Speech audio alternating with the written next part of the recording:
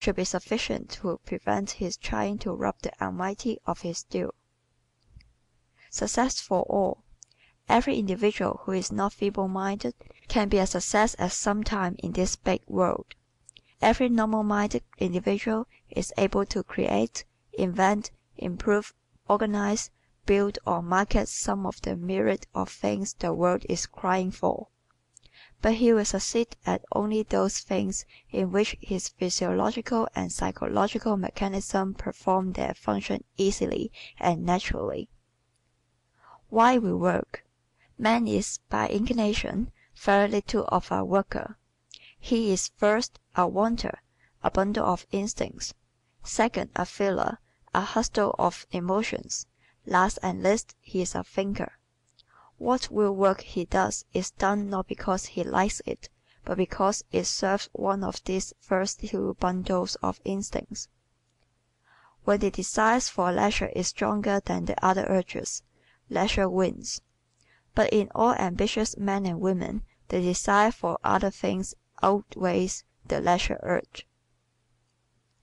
Ambition and type. Now what is it that causes some to have ambition and others to lack it? Your ambitions take the form determined by your predominating physiological system. For instance, in every great singer, the thoracic has been present, either as the first or second element. The effect of the physical upon our talents is no more marked anywhere than here, for it is his unusual lung power, his high chest, the sounding box in his nose section, and his superior vocal cords that makes the real foundation of every singer's fame. These physiological conditions are found in extreme degree only in persons of thoracic tendencies. It was the great lung power of Caruso that made him a great singer. It was his remarkable heart power that brought him through an illness in February 1921, when every newspaper in the world carried on its front page the positive statement that he could not live another day. That he lived for 6 months afterward was due chiefly to his remarkable heart. The nature resulting from a large heart and large lungs is one distinctly different from all others. In short, the thoracic nature. The best dressed. The best dressed man and the best dressed woman in your town belong predominantly to this type. This is no accident.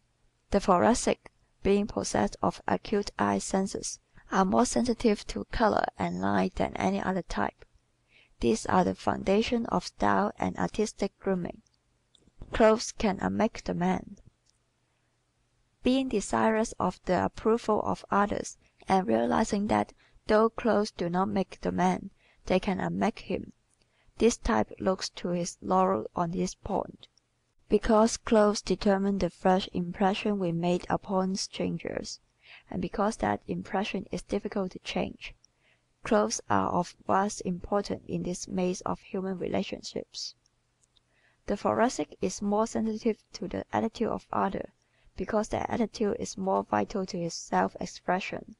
He senses from childhood the bearing that clothes have for or against him in the opinion of others, and how they can aid him to express his personality. The glass of fashion. The thoracic therefore often becomes the glass of fashion and the mold of form. His consciousness of himself is so keen that, even when alone, he prefers those things in dress which are at once fine, fancy, and fashionable. Some types are indifferent to clothes, some ignorant of clothes, and some defiant in their clothes. But the thoracic always have the keen sense of fitness in the matter of apparel. Distinction in dress. The distinctive dresser is one who essays the extremely fashionable, the last moment touch. He is always a step or two ahead of the times. His ties, handbags, handkerchiefs, and stick pins are up to the minute. Such a man or woman invariably has a large thoracic development and is well repaid by the public for his pains. Dress the universal language. The public looks more eagerly than we suppose to changes in styles and fads. It gives, in spite of itself, instantaneous admiration of a sort to those who follow the dictates of fashion. This being one of the quickest roads to adulation, it is often utilized by this type. The newest in hair dressing. The latest thing in clothes is always known by the Thoracic woman, and because she is, more often than any other type, a beautiful woman, she can wear her hair in almost any style and find it becoming. So when puffs were the thing, this type of woman not only wore puffs, but the most extreme and numerous puffs. When the sticking to the face style was in vogue, she bought much bandoline and essayed the slickest and shiniest hair of all. When the ear bun raged, she changed those same paper-like curls overnight into veritable young sofa cushions. Always on dress parade. With intent to keep the spotlight on himself, the Thoracic is always on dress parade. He is vividly aware of himself. He knows what kind of picture he is making. He is seldom self-conscious in the sense of being timid. When he does happen to be timid, he suffers, by reason of his greater desire for approval, more acutely than any other type. Affectability his keynote. Instantaneous reaction to stimuli, with all the reflex action resulting therefrom, constitute the keynote of this type. This makes an individual who is physiologically and psychologically affectable. Because life is full of all kinds of stimuli, acting during every waking moment upon every sense in the organism, any person who is high-strung finds himself in the midst of what might be called nerve bedlam. Gets the most out of everything. Because of this same highly sensitized make-up, the Thoracic gets more sensations out of every incident than the rest of us do. He experiences more joy in the space of a lifetime, but also more disappointment. The human violin. For the same reason that violin vibrates to a greater number of sounds than the organ, the Thoracic is a more vibrant individual than others. He is impelled to an expressiveness of voice, manner, and action that often looks like pretense to less impulsive people. In other types it would be, but to the Thoracic it is so natural and normal that he is often much surprised to hear that he has the reputation of being affected. A reputation for flightiness. This lightning-like liveliness of face, body, and voice, his quick replies and instantaneous reaction to everything also cause him to be called flighty. The quick thinker. We are prone to judge everyone by ourselves. People whose mental or physical senses are less keyed up, less sensitive, call the Thoracic rattle-brained. Usually such a man's brain is not rattled at all. It is working, as all brains do, in response to the message reaching it, like the telegraph wire of the five senses.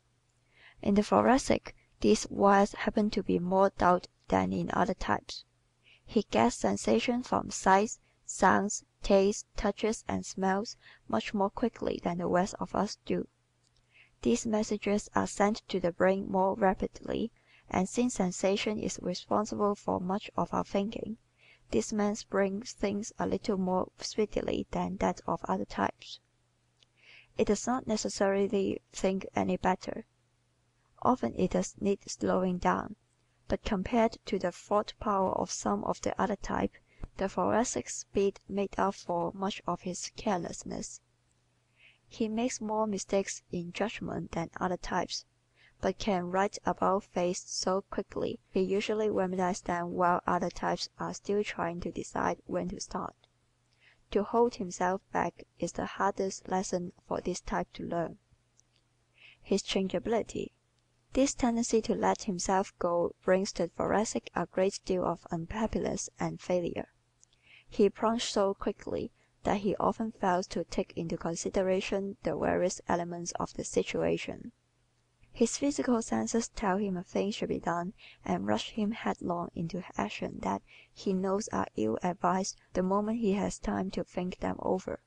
In turning around and righting his mistakes he often hears himself called changeable and restless.